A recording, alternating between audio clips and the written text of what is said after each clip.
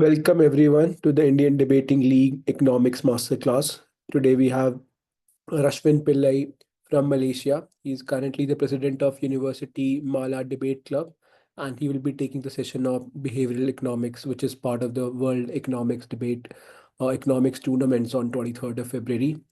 Uh, Rashvin, over to you. All right. Thank you very much. This is Three. Yeah, I just wanna.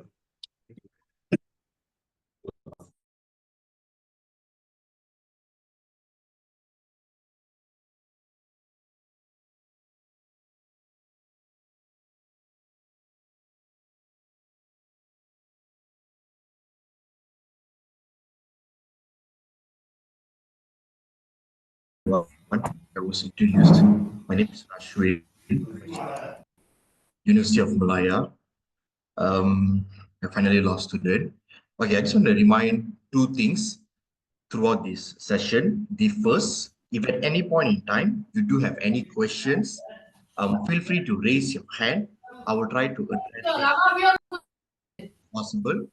The second thing then is, if you feel something that isn't really important, doesn't require immediate clarification, you can hold on until the end of the session and you can personally reach out to me through WhatsApp or Instagram, anyway, which is convenient to you.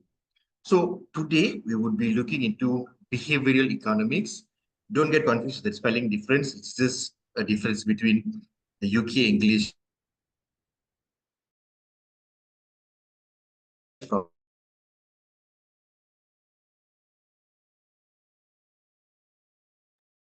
Yeah, so behavioral economics refers to one of the sub-branch of economics that tries to understand human behavior when it comes to interacting with the large economic atmosphere. Let's start by understanding what is behavioral economics. So it refers to the study of psychology and the economic decision-making process that individuals and institutions do. Who are institutions? This could be your government, this could be your private corporations. They try to draw connection between psychology and economics to explore why people make irrational decisions and how behavior diverges from the prediction of traditional economic models. So the basic understanding or the niche term that maybe most of you know in debating, corporations maximize profit. That is the only thing they do. That is their primary goal and focus. Though that may be true, there may be some instances where corporations are willing to forego their own profit so they can maybe benefit from other terms. One example I can give is maybe HP. They can sell their printer at extremely cheap price, but they make profit through the cartridges. So there's another way for them to work around. Despite taking loss in one product, they make up for the profit in another. So behavioral economics, to put in simple terms, is a direct challenge towards traditional models of economy, which maybe primarily says people care about the quality, people care about the price. But behavioral economics helps us to understand what are the reasons beyond price and value that makes people to purchase, sell, or make certain economic decisions. Um, to understand the difference between traditional economic models and also behavioral economics, let's also try to understand what does traditional economic models tell to us. So the traditional economic model assumes that people will always make the most optimal form of decision that provides them with the largest amount of benefit and satisfaction. In debate terminology, you know this as utility. So if I have 10 ringgit, how can I spend that 10 ringgit or 10 Indian rupees in the most equitable manner that gives me the greatest amount of benefit and satisfaction? That is a traditional model. Rational choice theory under this model states when humans are presented with various options under the conditions of scarcity. Scarcity means there's a lot and abundance. They would choose the option that maximizes their individual satisfaction. For example, let's say there's a holiday package, and maybe there are three different holiday packages, but maybe all of them come within the same price. Then what becomes individual satisfaction? Maybe you have never been to the place before, or maybe you get to meet a long-time friend over there. These factors come into play to show you are making economic decisions that maximize your individual satisfaction. Now, this theory assumes that people, given their preference and also limitations, are capable of making rational decisions by effectively weighing, which just means comparing the costs and benefits of each option available to them. The final decision that every consumer make is assumed to be the best choice for that individual.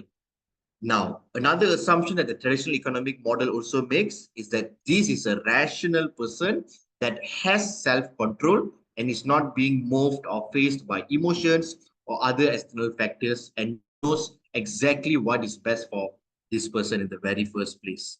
So the important keyword to note here is self-control and unmoved by emotion. This is what traditional economic models tells us. But in reality, can anyone maybe share with me an example in the chat? What do you think are instances where when making economic choices, people may be moved by emotions beyond their self-control? Anything that you can think of, you can just type in the chat, or you wish to unmute yourself and share, it's completely fine as well.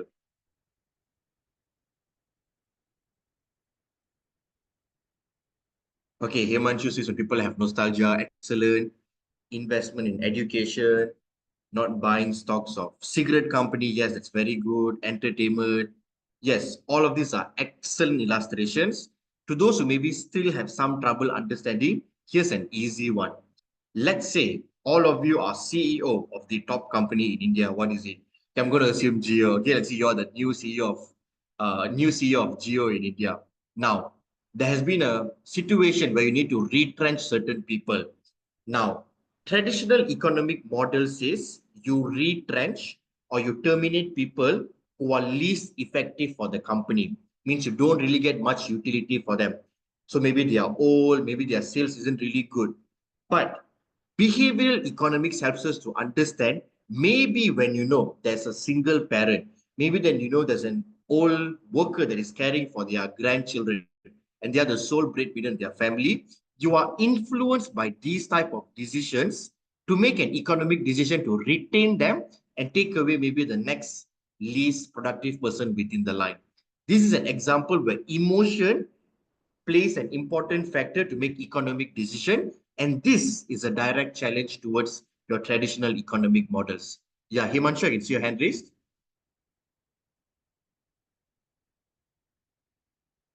Okay, maybe just a typo. Yeah, luxury cars, healthcare, all these are very good choice examples to illustrate how emotion plays an important factor on how we make those kind of decisions. So the important thing I want you to remember about traditional, oh, not allowed to unmute. Oh, Kamal, if you're there, can you allow them to unmute? Yes, sir. So when I wanted to give you a very classic example. So in the range of about 40 to 50 lakhs in India, you can either go for an entry level luxury car produced by BMW or Mercedes, or buy a very big family car produced by Skoda. That's the Skoda Kodiaq. But you won't have the brand value of the luxury car. However, you'll have many benefits. However, many people would choose to buy an Audi Q3, which is built on similar lines and on similar platforms, on a similar platform, because they're pulled by the emotion of owning a luxury car. That's the example I wanted to give. Is that a valid example, sir? Yeah, excellent. It's a very good example. A justification, any example or situation that justifies people stray away from the rational person's decision-making point of view. So if they have a family and maybe a family car gives more utility, but if they choose to buy the Audi because it's cool, it's a continental car, that is straying away from traditional economic models. It's a very good example. Thank you, Himanshu. So remember, whenever you look at the word traditional economic model, the keyword is self-control and they're not affected by emotions. Now, what actually limits us from maximizing utility? Why do people make reasons that isn't maximizing utility at all instances? So a simple explanation to understand maximizing utility is with the limited set of money that I have, how can I make the best choice that offers me the most amount of happiness. That is maximizing utility. Yeah, greed is a good example why people choose to do so. Wants and needs, yeah, that's correct as well. So there are two main branches where you can understand why people don't always make the most accurate economic decisions. The first is bounded by rationality. The second is bounded by self-control. What does bounded by rationality mean? Bounded by rationality broadly refers to the limited set of something. For example, information. When you want to buy a product, when the information seems the same for both sides, or you don't have sufficient information to compare both sides of products, this may bound your rationality in making a certain set of decision. Who can share with me an example where you think a lack of information that leads to people making a common mistake when it comes to economic choices?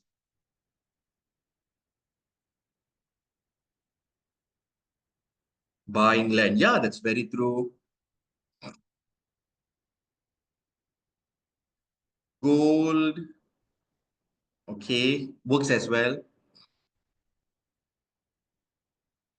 Buying insurance, real estate, luxury apartments, stocks. True. Oftentimes, people engage in these types of economic interactions.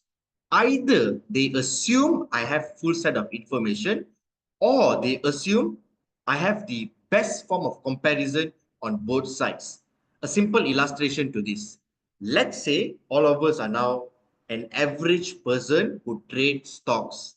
Now, the people you are trading the stocks against are oftentimes whales, people from equity company, people from hedge fund company who have technical analysis expert, maybe industry insider information, or maybe they have a congressman who's telling, hey, there's going to be a big merger coming up soon.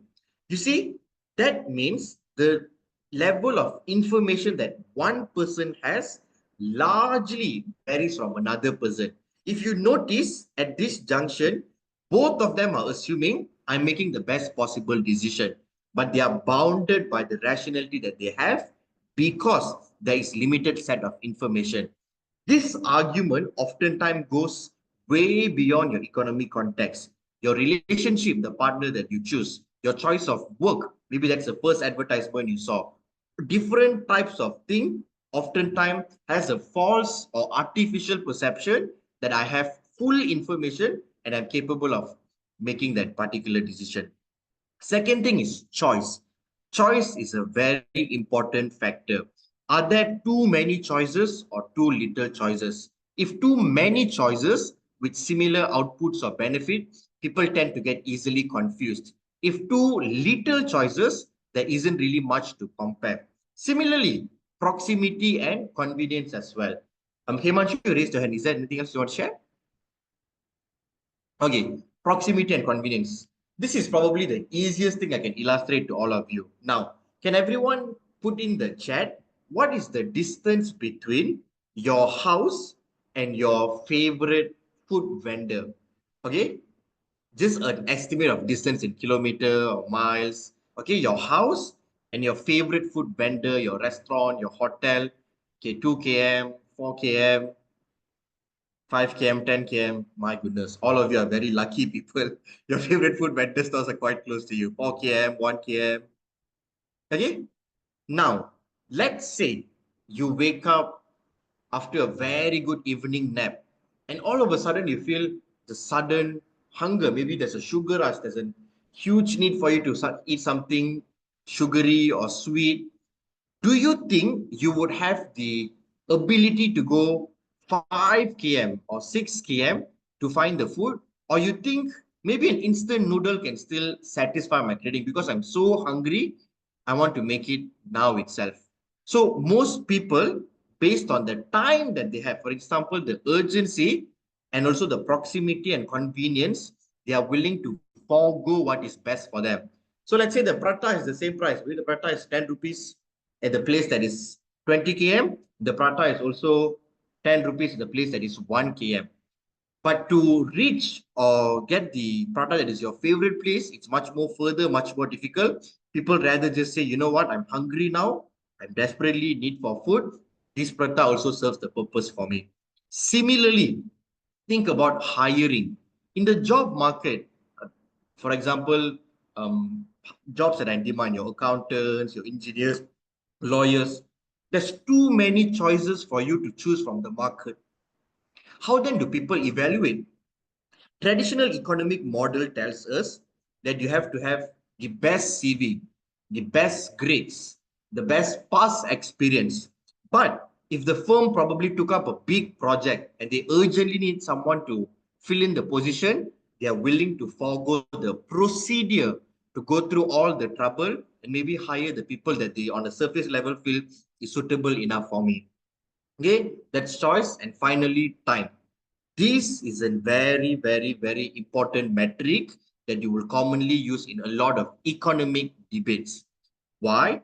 Because desperateness makes people to forego traditional economic model very easily.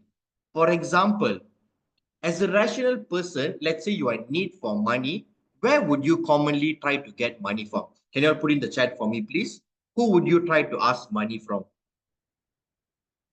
Banks, yeah, that's fair enough. Bank, family members, yeah, that's true.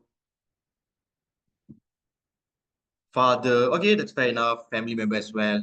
Now, here's the deal breaker. Investor, yes. Let's say loan shark, guys, you all are joking, right? No way you all are saying the first option is loan shark right away. Bank overdraft, yeah. So as a rational person, why would someone choose bank? Because bank is regulated. They are safety mechanisms. If you default on your loan, the bank sends you notice first. Then they send letter of demand. So there's proper procedures in place. But the problem with going to bank is they will ask for your income statement. They will check your previous payment record. And there's a lot of procedural thing that you can go through. So maybe Monday you apply the loan, and then next week only you get the approval. Then maybe the following week, Wednesday, only you get the money in the hand. Yes, correct. It's tedious as well. So it's a very long duration. But as an economic consumer, you need the money urgently. So now you see, okay, bank isn't really an option. Next, let's look at family members. So family members are trustworthy. Usually they don't ask question. But let's say you are going to invest in Bitcoin and you know your whole family is against Bitcoin, but you have a very credible information that Bitcoin is going to boom, it's going to really skyrocket, and you're really hesitant to ask your family member because they'll say, don't invest there. Maybe it's not true. You don't know anything about it. So now you can't even ask your family. Third, let's say investor. A lot of you put investors as well. Investors always want to have a guarantee on their return of investment, or if they're willing to take risk, there must be proper risk reward ratio for them to undertake in that risk and be an investor. So obviously, as an investor, they want to know your track record. Have you profited from Bitcoin in the past? What is your maybe safety limits that you don't really breach certain amount of loss? What happens when you exceed the loss? Now, as an average person, you really don't have the skill. So the investor will always choose someone that is more skilled, or maybe an hedge fund company to keep their money. Now, notice this. You are desperate. There's a limited time window. Bank is not an option. Family is not an option. Investors are unlikely willing to give you money. Where would people now end up if they need urgent money?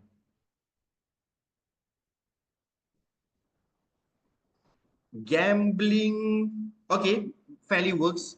Loan sharks, yes, that is the most probable way people end up getting loan. Why? There's lower barrier of participation. Loan shark doesn't care what your income is, whatever amount you need, they're willing to give to you. 8 o'clock, you call them, 8:30, the money is in your hand. I want to be very clear. I'm not promoting or saying loan shark is a good avenue for you to borrow money from. Please, at any point in time, beyond academic purpose, avoid from taking any money from loan shark. Why? We will explore much more further later. Bank robbery, John. Please don't commit crimes, John. I don't think as an average person, you're willing to rob a bank just because probably you want to buy something. What is loan shark? Okay, loan shark are people who lend out money that charge people high amount of interest. Let's say I'm a loan shark. And then I'm just going to pick name. Let's say Shauria asked me, Rashrvin, can I get 10,000? Maybe I need to buy a new car. My car's broke down. I need to repair. Can you lend me? As a loan shark, I will say, no problem. Here's the money, but you need to pay me, let's say, 20% interest every week until you finish paying. So maybe Shauria only took 10,000 rupees for me. But from the time that he took the money and he pays me back, he's probably paying me 30,000 rupees, 40,000 rupees, because the level of interest is very high. A traditional bank maybe charges around 6, 7, 8%. That's the range. Yeah, correct, Jihans. Yeah, that's the range. But loan sharks charge exorbitant amount of money.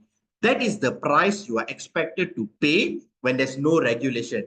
The economic model behind the loan sharks calculus is that you are a high risk person. You maybe take the money and maybe you never pay back. So they charge higher interest to protect their initial investment. The Sharia says we're taught in our school economics why farmers take money from money lenders than banks, despite, yes, that is very correct, Sharia. You see, bank's problem is bank wants to know whether you can pay back the money that you take from them. The problem is oftentimes individuals who don't have permanent job or seasonal occupation like farmers, there's time frame where they can harvest, time frame where they plant and wait. Maybe there may be a locust attack and they lose their plantation. So they don't really have proper track record or capacity to pay the bank monthly money. So if they need money, if they want to survive, they are forced to take money from loan sharks or money lenders. Eventually, it becomes a big trouble. Okay, bank takes security. Yes, that is correct. The person could not pay the money on time, whether it's just interest not pay. Suicide attempts. Yeah, true. Very true. What all of you are saying. There's a lot of risk going through loan shark. But to sell what you have extra like shoes. I don't understand the question. To sell what you have extra like shoes. To sell what you have extra like.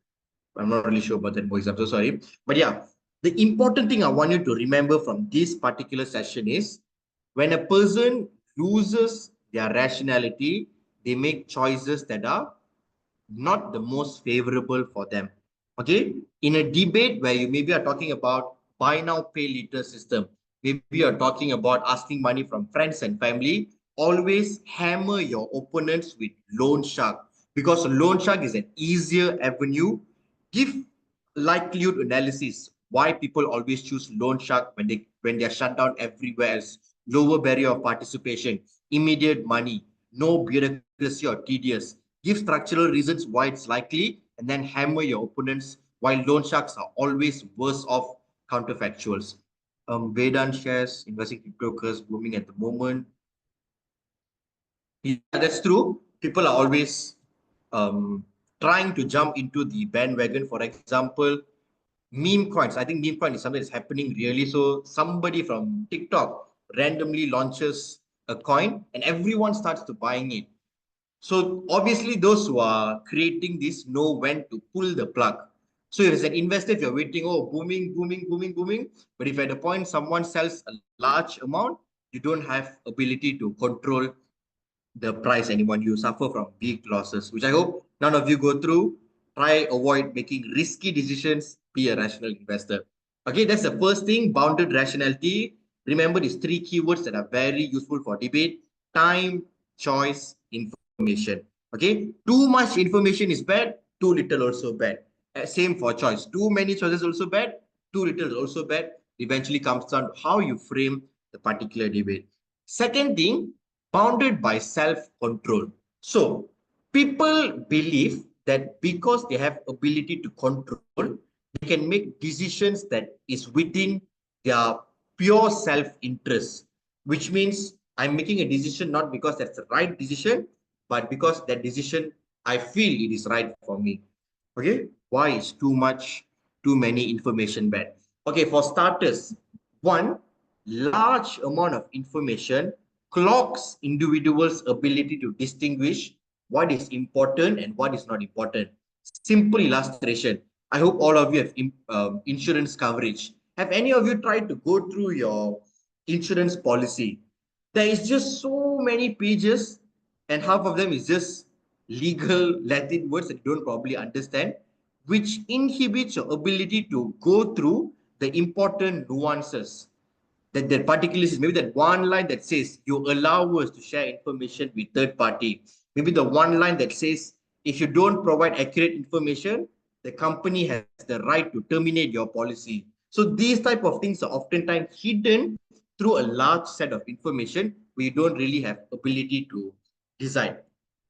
Okay, so that's one of the reasons why too much of information is bad. Another way that you can do this, let's say in debate, I'm just straying away slightly from economics. Let's say in debate that talks about maybe medical terms, maybe pathologization, where you have new medical term for various types of medical conditions. So headache is a common understanding. You know what's a headache, you know what are the common symptoms. Let's say I say severe mid round neck headache, severe mid round neck top, and I give you so many things, you get clogged with information. Sometimes overly having literature context, too much of information can lead to things like this. What is the best way of information is perfect information. Perfect information refers to set of information that you need to know, that you want to know. What you want to know, that is it within your interest? What you need to know, what is the other party has to share with you? Then you get double headache. Yeah, true enough. I'm gonna just pump it up, Steve. Okay, let's forego this whole coin stuff. I don't know to get into that, but yeah, the lesson is there. So the first part of illustration to show why people are bounded by self-control, hyperbolic discounting. People always have an inclination to value immediate rewards over future rewards. The most common example I can give is weight loss program. Everyone who says they have chubby, I want to lose my face fat, I want to have good jawline, I want to lose my belly fat. People want immediate rewards. So what they do, instead of traditionally going through calorie deficit, they do things like, I don't know, fat loss machine program, which says we will break down your fat, in your visceral fat in your body. Even though it's more expensive, even though it may be painful, people are still willing to make that choice because they value immediate rewards rather than going through slow and future rewards. Okay, this is a reason. Second is present or future choices. This is an important thing I want to talk about, and you can use in different types of debate. A human only has to make a choice if they are presented with the choice. As long as you are not given the choice, you don't have to make the decision. A simple economic example. Let's talk about insurance here again. Maybe until someone talks to you about insurance, you're still wondering, maybe I need it, maybe I don't need it. You're really unsure. But the moment an insurance agent asks you or presents to you, you are now bound to make a choice, whether you want or you don't want. Then you make a decision based on whether I presently need to make this choice or this is something I can postpone in future. For example, if you're students in varsities, you probably have insurance policy that covers you as a student within that institution or varsity itself. So you feel, you know what, I don't really need to pay a few hundred rupees a month for insurance now. I can make this choice later instead of present. Maybe when you graduate and you start working, your workplace doesn't have insurance policy. Then you realize this is something I need to make presently at this point in time. Okay, last is social context, and I'm very sure all of you are masters of it.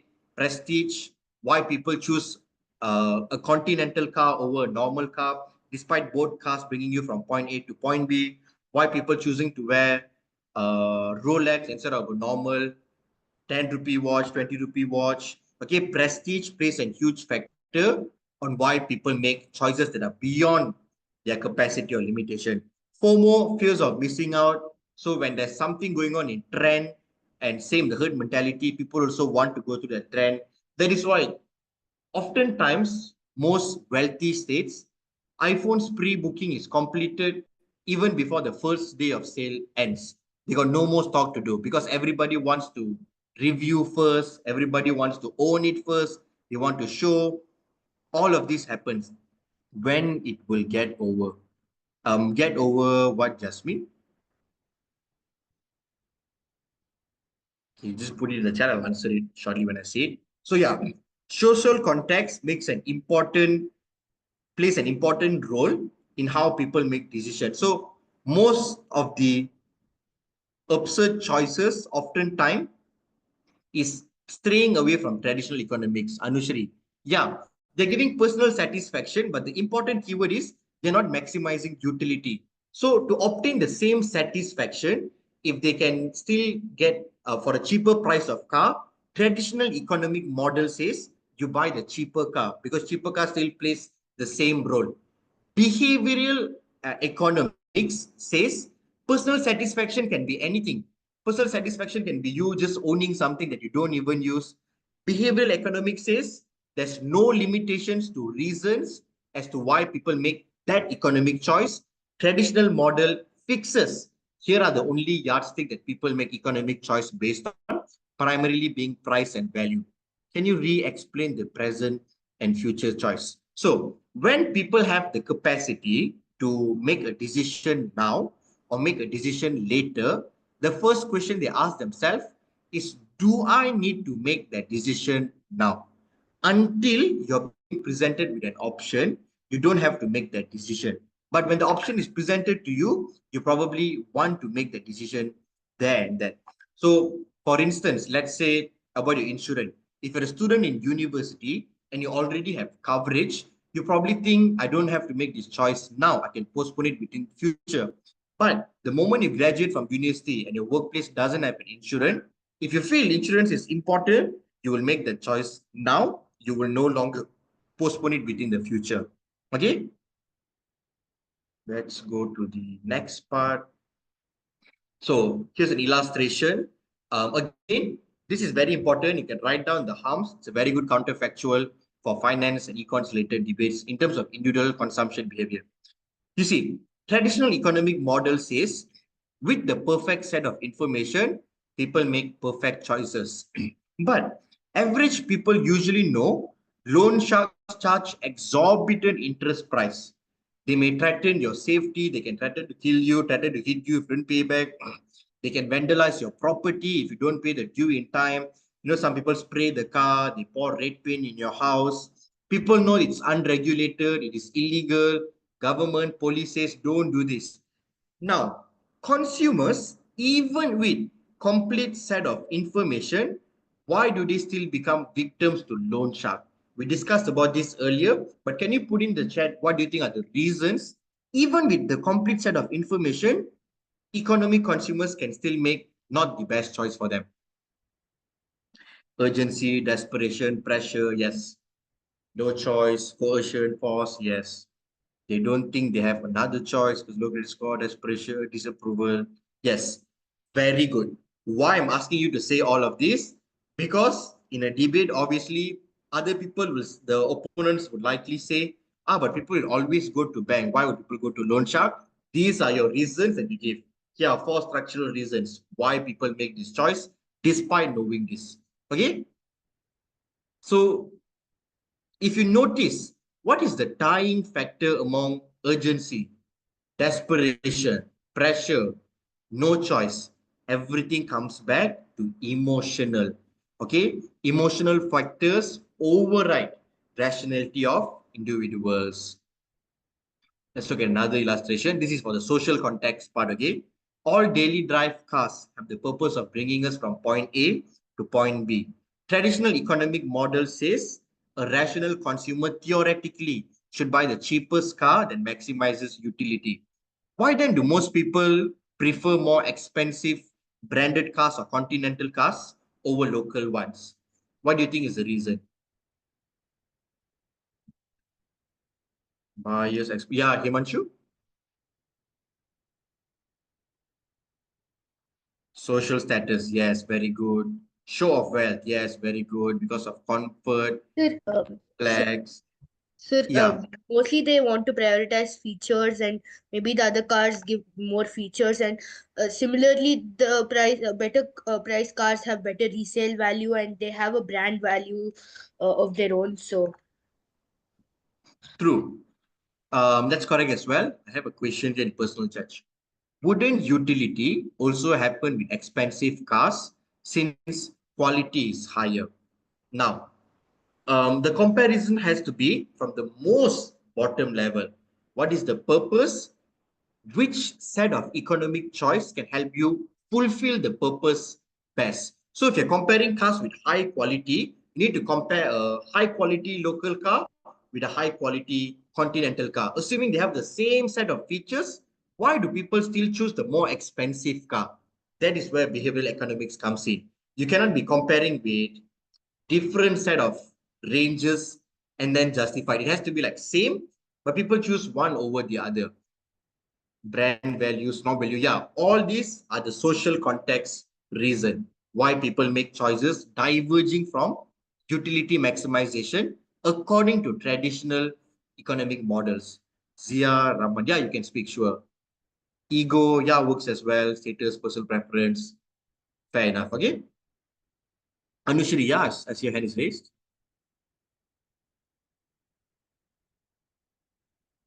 Yeah, Zia, you can unmute. Anushri, you can speak. I can see your hand is raised.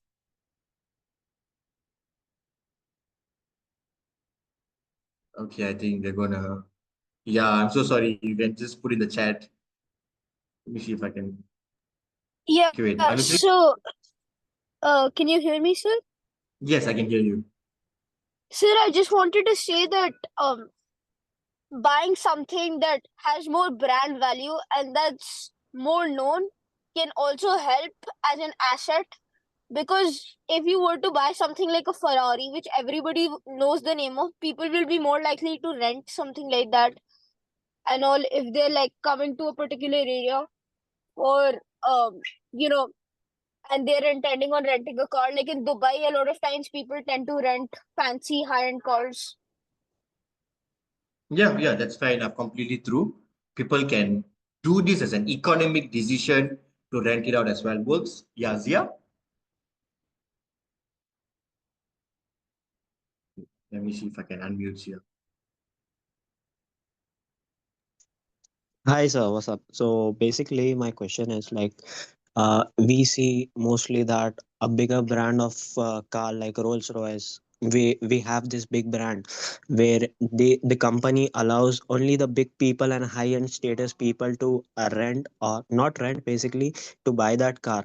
So from my point of view, I have saw that where mostly they buy the car and they keep with us as a flex too, which is for them they it is an investment where in future it is like us asset for them also, they can sell it in a very high value resale.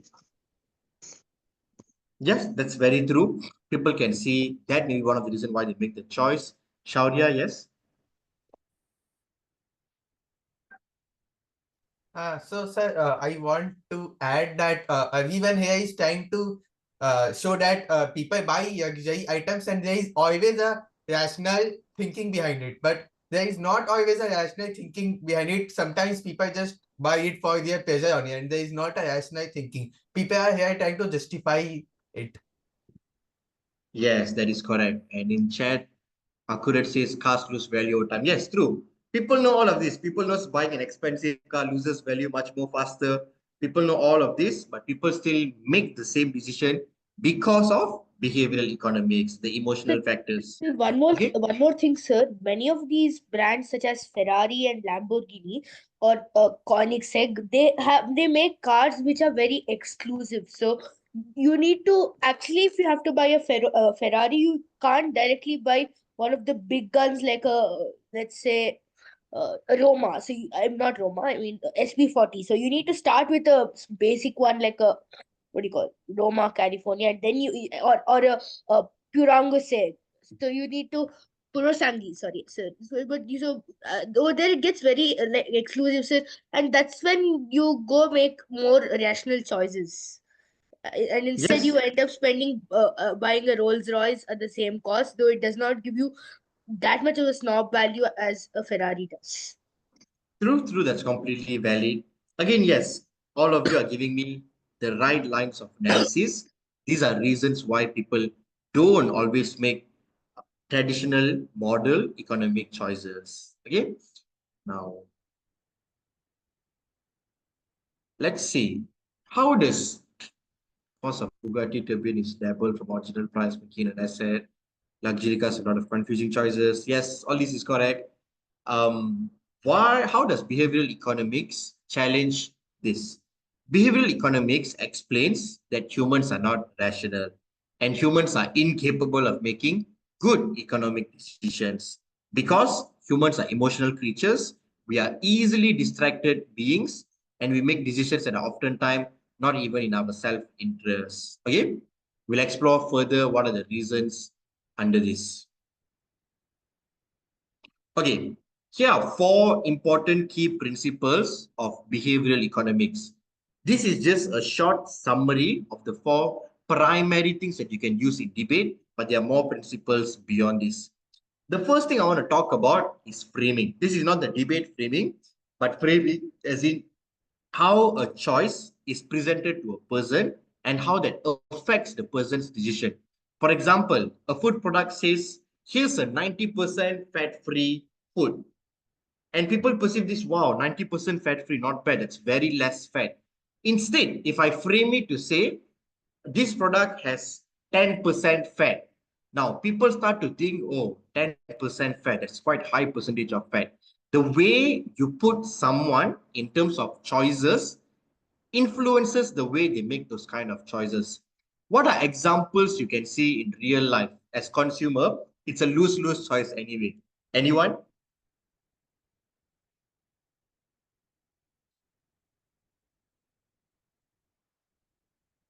Something that isn't really within your best interest, but you still choose that. Yeah, Niyadi? Let me unmute. Yeah, okay. Niyadi, I unmuted you, yeah. Am I don't know why she keeps getting cut off. I audible now? Yeah, you're audible now. So for example, if there is a product that says 50% extra free and for example, if the product measures 100 grams and there's another product which measures 100 grams but does not say that it has extra, like 50% extra free, the people would be more biased towards the product that says you can get free stuff. Yes, very good. Excellent. I just wanted to use the lace example as well.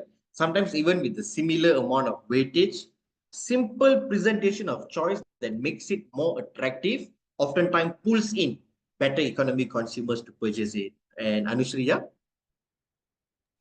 Sir, I just wanted to say that another thing that happens is that a lot of times companies use psychological tricks. Like in Apple stores, the laptops are kept at a certain angle, which like makes people want to like change the angle, and that leads to people buying more, products and stuff. So it also has a lot of psychological factors to do with it. True. And here's where we're going to talk about marketing by corporations. Corporations do extremely targeted forms of marketing based on consumer behavior and consumer choices. Jihans, how does that happen? What happens, man? Okay, yeah. So corporations oftentimes use very specific information to captivate an Apple laptops. Wait. Yeah, corporations use specific marketing technique to make people have higher perception of value towards that brand. For example, can anyone name me a famous brand of a chocolate drink? Any chocolate drink that you know? Just type it in the chat. Okay, Hershey's, Milo, Dairy Milk, Hershey's, Horlicks. Yes, and if you notice your Horlicks, your Milo, they're oftentimes marketed as energy drinks, healthy. Start your day with Milo. But if you see, it's just sugar content. But marketing makes people to believe this is something that is good for me to start my day with. This is a healthy way to start my day from. You see, marketing plays an important role that creates the perception of people around them. It's the same. Bank gives you the false impression that actually, you know what, even if the property is 500,000, if you pay 1,002 every month, it is safe enough. Then there are new packages where they say the first few months you pay 1,000 and then over the next few years you pay 1,005, 1,008. So at the beginning you feel like, you know what, I'll get a promotion, I'll probably increase in price, I'll get higher salary. But if it doesn't happen, economic strain falls on you. That's why the framing at the time the choice is presented has high implication of decision that they make. Added vitamins and minerals. Yeah, that's true. All these are selling points. Fresh fruit juice. Yeah, all Apple laptop are placed at 45 degrees. True, that is very correct as well. Yeah, Zia, anything you want to share? So basically, if we see the tax policy and the tax relief in hardworking citizens, which is positive versus tax cuts by for the rich person, where in positive farming, the tax relief of a hard citizen is suggested to be the policy of benefits of ordinary people, which it is fair. Whereas the negative farming where criticize the policy and tax cuts of for the rich people, which basically makes sense and seems that it is like wealthy and unfairly benefiting to the expenses of others. Yes, that's fair enough. That's one way you can view policies. We will look at this nudging part at the end later. I was asking why this happens. Oh, Jihans, I'm assuming there's a psychological reason why people are more inclined to buy laptop at 45 degrees. Maybe you can do further studying about it. Okay, heuristics.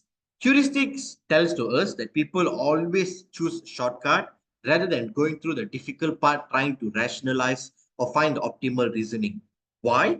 Because it is easier to continue doing something rather than trying to figure out something that is much more beneficial for you in the very first place. So, for example, at your workplace, maybe as an employee, you're only doing what you're told to do so because you have been taught to do so. Coming up with your own technique is difficult, so you just rather do it every day.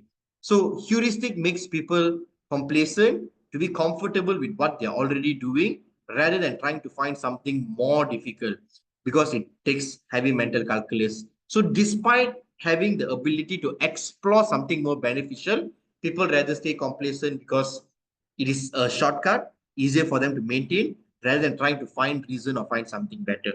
The third thing is loss aversion. This is very important concept you largely see in debates, not only economics, even other part of it. Loss aversion refers to the emotional implication on that an emotional implication on your negative financial outcomes is much more stronger compared to a positive gain. The primary reason being it is much more difficult for you to earn the money in higher rates compared towards where it's much more easier for you to just lose your money. So maybe to earn, I don't know, 1,500 ringgit in Malaysia, you need to work a whole month, but you can spend the same 1,500 maybe on unhealthy things like alcohol, and you can just finish it in one day. You say, I'm going to spend my friend. So humans are always loss aversion. They try to protect as much capital as possible. Okay, the last thing is sunk cost fallacy. Sunk cost fallacy again is a very important debate consideration. You can use it in other part as well. Sunk cost fallacy refers to the emotional attachment to investments that has made in the past. Therefore, you're unwilling to let go, and despite knowing it's a loss, you continue investing it again and again. I'm going to give an example. Let's say you get an IA offer to judge in Malaysia, maybe Malaysia UATC. You get to come over and you already bought your flight tickets. Ocom said, let's say Zia, you have been hired as an IA. You are going to come to Malaysia. Please get your tickets. Here's the amount. You also thought, oh, I'm making money and my flight is covered. I'm going to buy the ticket. But then Ocom says we're going to cut the budget and we can't cover full RAM. Now, traditional economic model will say now you're on a net loss, so probably you will choose not to go. But sunk cost fallacy explains because maybe you have spent 300 or 400 or 500 to buy that flight ticket in the very first place, you are not willing to let go of that investment in the very first place. You're more likely willing to, despite having some form of loss, to prevent from resulting in a bigger loss, you might as well just continue with it. Okay, that is sunk cost fallacy. Zia, you can just type it in the chat. I'm just trying to wrap up so we can complete our syllabus in time. Last lines are not visible. Wait. Okay. I hope you can see it now. Yeah. I'll share the slides with the Opcom later. You can take it as well. Yeah, so those are the last slides. Loss aversion. Okay, loss aversion refers how people feel, and they feel much more worse when they lose money compared towards when they make money. let's say when you find a random 10 ringgit on the road, you probably feel, wow, I found 10 ringgit. But let's say you lose the hard-earned 10 ringgit, that's your salary probably, maybe you got scammed or you dropped your wallet, you feel much more painful towards losing the money compared towards finding a random 10 ringgit. This is because it is much more difficult for you to earn money, but it's very easy for you to lose the money very quickly. So let's say you need to work 8 hours to get 40 US dollars, but you can just spend that money to buy something, maybe a luxury food within 1 hour and the money is gone. So people are more protective towards whatever they earn and they try to inhibit loss. Again, all of these principles doesn't necessarily operate in one singular context. Okay, these are different principles that operate in different contexts. Okay, let's look at where do you commonly see or use behavioral economics. So obviously marketing teams, they utilize insight from behavior to design marketing campaigns that leverage cognitive bias like anchoring, scarcity, and social proof to encourage purpose. Who do you see doing the most? Scammers. Scammers will say, thank you, sir, for the 10,000 rupee transfer, because they want to build confidence. They want to show actually you can really make money. Anchoring is a technique. They always offer the first amount to force people make decision to closer amount. So for example, they are selling product with the for example, you're trying to sell something with discount. Maybe the cost to make that is just 10 rupees. But because of anchoring, they will say original price 30 rupees, now selling at 15 rupees. So they use initial amount to anchor the price and make it look like more valuable and make it seem as if you are walking away with bigger profit, but it's actually the corporation walking away with bigger profit. So anchoring is a technique. Financial institutions, they develop financial product that helps people to make savings, investment, overcome issues like overconfidence and present bias.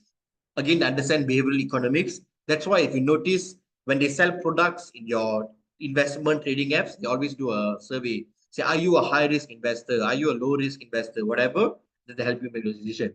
Government, they implement policies that nudge citizens towards desired behaviors, such as promoting organ donation or healthy eating habits by leveraging behavioral insight. Simple illustration. Let's say country A makes organ donation voluntary, but you can opt in anytime. Country is voluntary, you can opt in anytime. Country B, organ donation is everyone. When you're born, you're already registered towards organ donation, but you can opt out. Country A is voluntary. If you want, you come to us and you register. Country B is everyone who is born in this country is an organ donor, but if you want, you can opt out. Behavioral economic tells us that when you use the second model, where you make people subscribe to organ donation and then give them an option to opt out, people are more likely going to stay as an organ donor. There's higher percentage, okay, because of the behavioral reasons we saw earlier. It can be heuristics. It's maybe difficult to go and change your status. People think everyone is an organ donor. I also should be an organ donor. All these tests, okay. Your healthcare providers. So if you notice how children behave, how adults behave, some of them don't follow, some of them follow, and use different methodologies to make people adhere, promote preventative care. And so tech companies, the interfaces, the product features that influence your behavior engagement, the clickbaits that you see, the algorithm that you see, all these are driven in a way that you are hooked. So for example, that you're going through 10 different posts, maybe the first 4 posts talks about why dressing up is very important. Second one says what dress matches your body type or whatever it is, skin color, whatever it is. Third one says dressing good increases your chance of finding a relationship. And then the last post you see, option to buy clothes. So these are hooking techniques that oftentimes corporations use to subtly influence without your own knowledge to increase their engagement and people buying stuff and whatnot. So the key takeaway about behavioral economics that I want all of you to remember is that the definition of utility for a consumer is never constrained. It is never one to a fixed set of models such as price. What is perceived to be of high or low utility is completely random depending on each consumer preference, which may be influenced by, but not limited to, okay, these are just some reasons. One is experience. Maybe some people want to have the process of using the product or the experience of participating in the activity. Feeling of power. People feel ownership is good. The self-perception of themselves. I see myself as a high-value person, maybe because I own this. Brand value, the herd mentality, the social status, sustainability. Maybe sometimes people are willing to pay more if the product is longer lasting. Urgency, the higher the reasons you can give in a debate why people are desperate, the more likely you are able to prove they are willing to forego rationality. Convenience, if it's proximate, if I need to do lesser steps to do it, I'm more likely going to choose that. And also lastly, marketing. Okay. Informed choice or coercion, it's a debatable stuff. You can argue marketing allows people to understand better the product, but you can also argue that because of marketing, you coerce people into making certain decisions. Okay, let's look at a common application in debate. The motion reads, this house regrets the normalization of buy now, pay later, the consumption habit of consumer. Buy now, pay later is a financial service that allows consumers to purchase products or services immediately and pay for them over time, typically in installment. This is a Shopee Pay Later, your Aeon Credit, or Atomy. Are there any services like this in your country? Maybe you can put it down in the chat.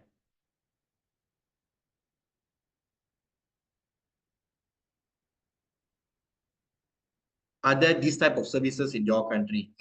Credit card, yeah, credit card, fair. But even credit card, there's a limit. Buy now, pay later specifically is an independent platform. So beyond your credit card, you can also have, you can have Shopee, you can have Aeon, you can have Atomy all at the same time.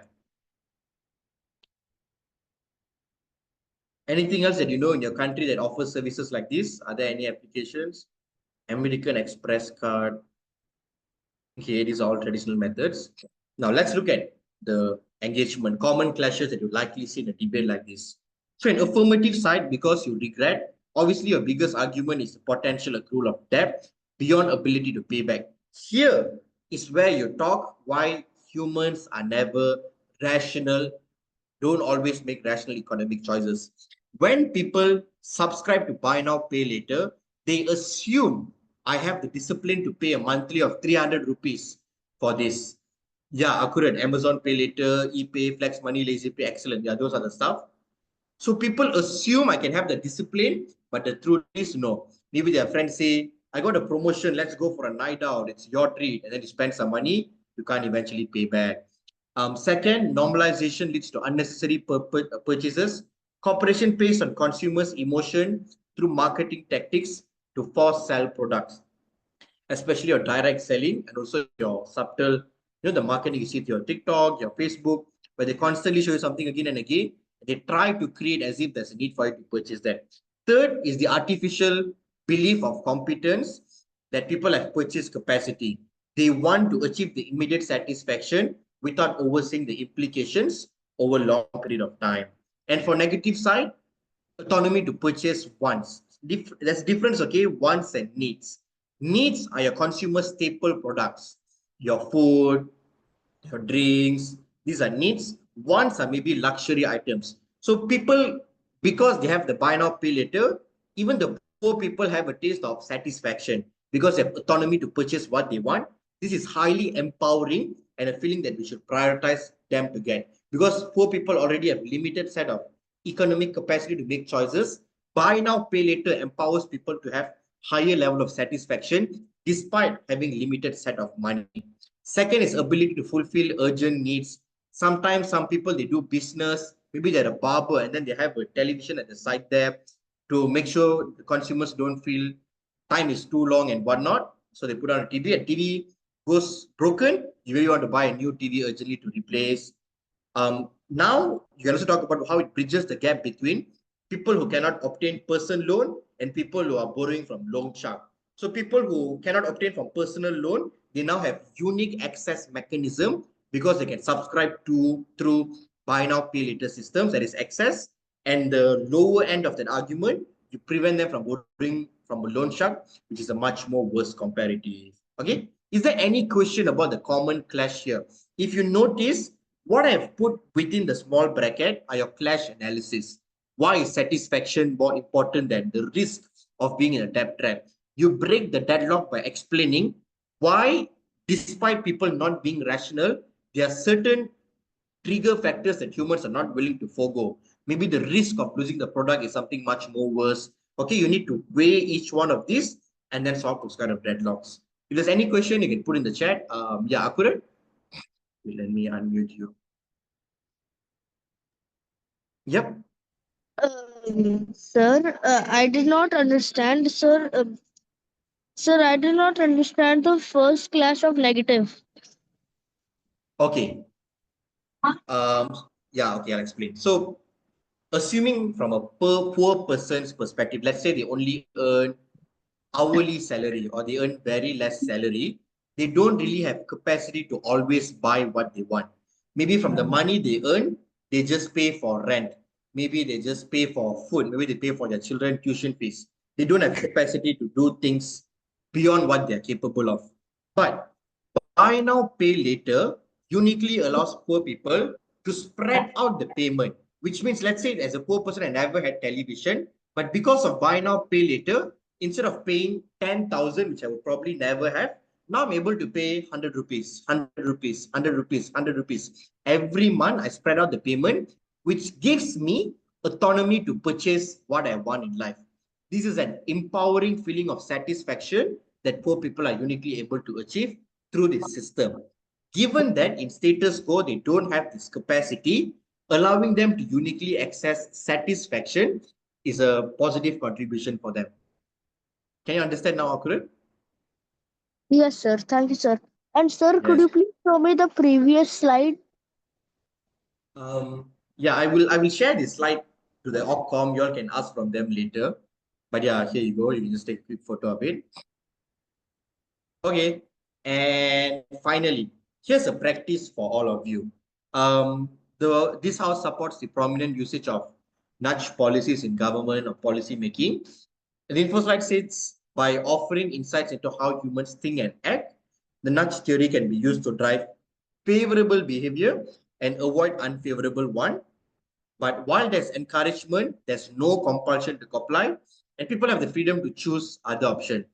Nudge theory has application in varied fields such as public policy, personal finance, and investment planning. So an example, as someone pointed out earlier, tax breaks are often used as a nudge to encourage people to invest in financial instruments, places of gold or property. Okay, so the practice here is all of you can choose whether you want to be side government or side opposition. Try to construct two arguments based on what we have learned today, whether they should support this or we shouldn't support this. If you want, if you have senior members within your institution who can immediately maybe check your work, you can contact them.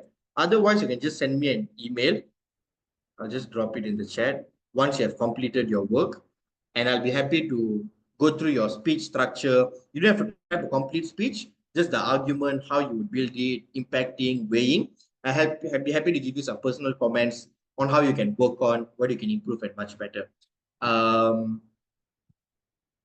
So basically, I'm a single speaker. Is it okay? Yeah, we are not debating today. This is just for your own practice. Okay, assuming you're a first speaker or a second speaker, just try to come up with two arguments, either side government or either side opposition. Try to train yourself, refer the materials I given earlier, and try to construct your arguments and illustrations. Okay, this is nothing to do with, it's not a homework, nothing. It's just for you to learn, practice. If you want me to help you check and give some personal feedback, you can just send an email to me. I just want to thank the places. Is it mandatory to get one more speaker? No, it is not mandatory. Yeah, it's just your own practice. You can do this alone. So I just want to thank the references, the internet pages I went through, the YouTube videos I learned, and also members